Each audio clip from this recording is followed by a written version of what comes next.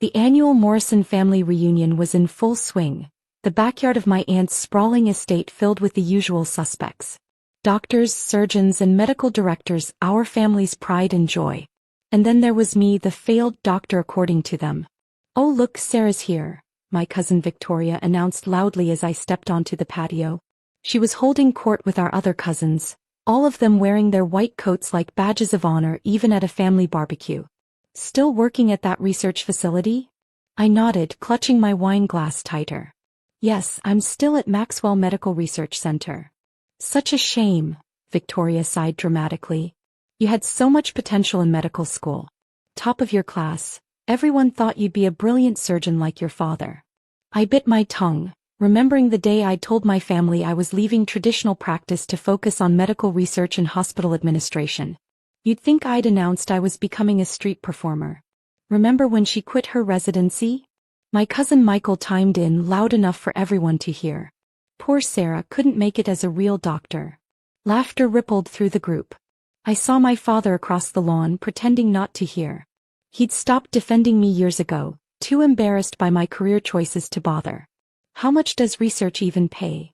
Victoria pressed, her diamond ring catching the sunlight as she gestured with her glass. "Certainly not enough to afford a house in our neighborhood." More snickers. I took a slow sip of wine, thinking about the offer letter sitting on my desk back at the office.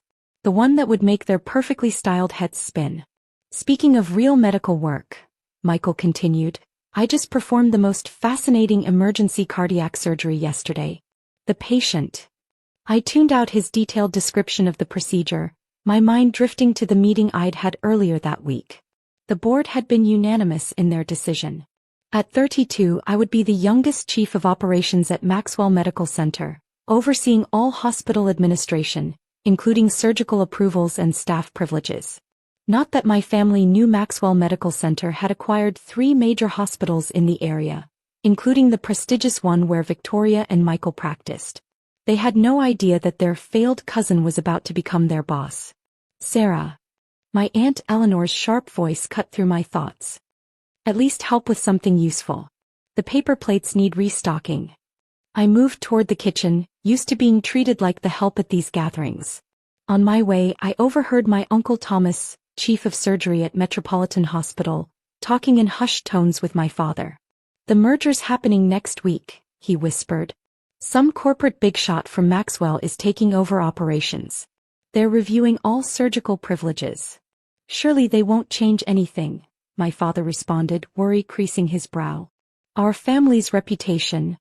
I smiled to myself, continuing to the kitchen. They had no idea that I'd spent the last 5 years revolutionizing hospital administration systems, making Maxwell Medical Center the most efficient and prestigious medical facility in the state. That corporate big shot they were worried about? They were looking at her. My phone buzzed in my pocket, a message from my assistant. "Final paperwork signed. Announcement scheduled for Monday." I typed back quickly, "Perfect. Don't forget to send the new surgical privilege review notifications first thing Monday morning." Victoria's voice carried from the patio. "At least Sarah can help with the plates. She's good at serving others." More laughter. I straightened my shoulders and walked back outside, plates in hand. Let them laugh. Monday morning would change everything. "Need any help?" Michael asked mockingly as I passed. I know how overwhelming simple tasks can be for research people. I set down the plates and turned to him with a sweet smile. "No thanks, Michael. I'm quite good at managing things. You'll see just how good very soon." He frowned, catching something in my tone, but I was already walking away. 2 days. In 2 days, they'd all discover exactly what kind of doctor I'd become. Monday morning arrived with delicious predictability.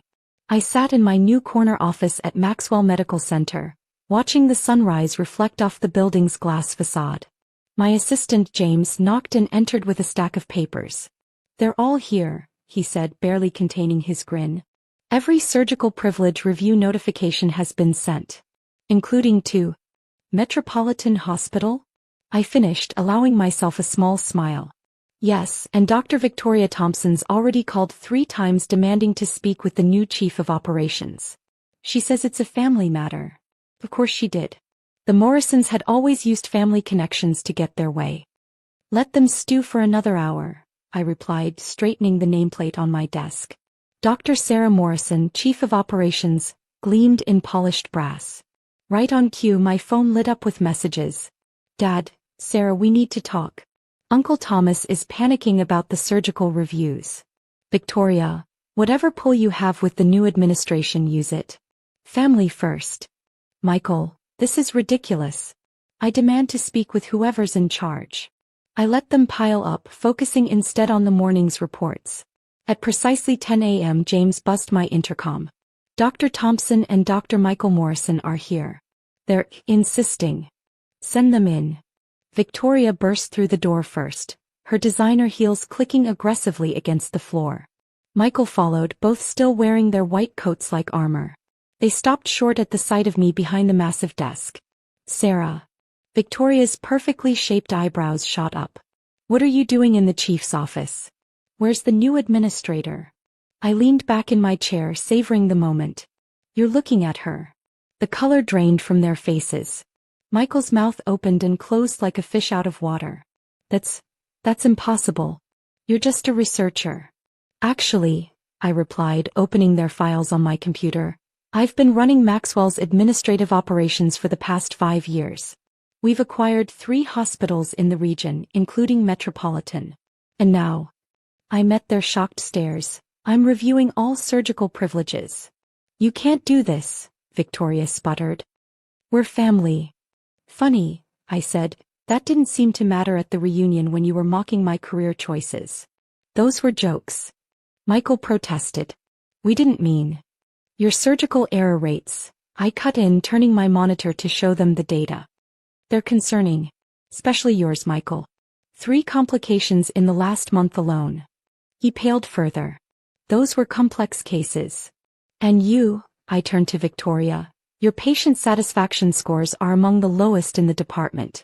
Apparently, being a real doctor involves more than just wearing a white coat to family barbecues. I'll call Uncle Thomas, Victoria threatened, pulling out her phone. He won't stand for this. Uncle Thomas? I smiled. You mean the former chief of surgery? He's being replaced next week. His retirement package is quite generous, though. I made sure of that, since we're family. The reality of their situation finally seemed to sink in. Their perfect world of nepotism and privilege was crumbling, and their dismissed cousin held all the power. What do you want? Victoria asked, her voice small. What I've always wanted, excellence in patient care. You have 3 months to improve your numbers. Regular reviews, additional training, and... I paused. No more special treatment because of our last name. And if we refuse? Michael challenged weakly. I picked up my phone. Then I start making calls to other hospitals. I hear County General is always looking for surgeons. Though the pay isn't enough to afford houses in your neighborhood. The next family gathering was considerably different.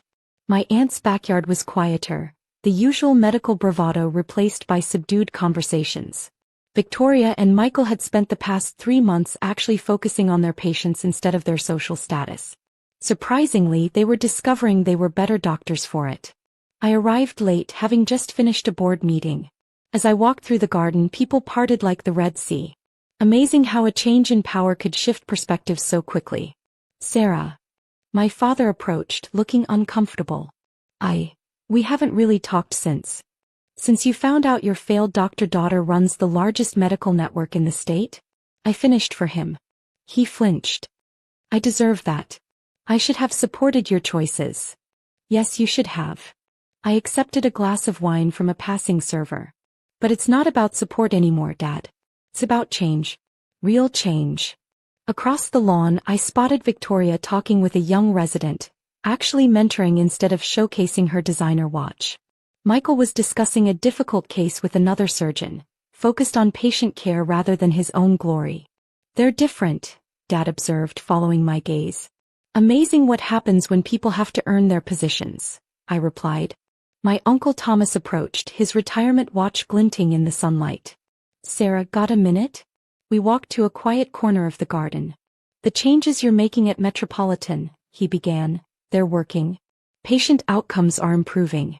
Even Victoria and Michael. He shook his head in wonder. They're good doctors, I said. They just needed to remember why they became doctors in the first place. I was wrong about you, he admitted. We all were. Running a hospital isn't just about performing surgery. It's about leadership, vision, and research. I added with a slight smile. He laughed. Yes, and research. The party continued, but the dynamics had shifted permanently. No more mocking, no more hierarchy of specialties. Just medical professionals focused on what really mattered: patient care. My phone buzzed, a message from James. Emergency at Metropolitan. Dr. Thompson requesting surgical approval. I stepped away to make the call.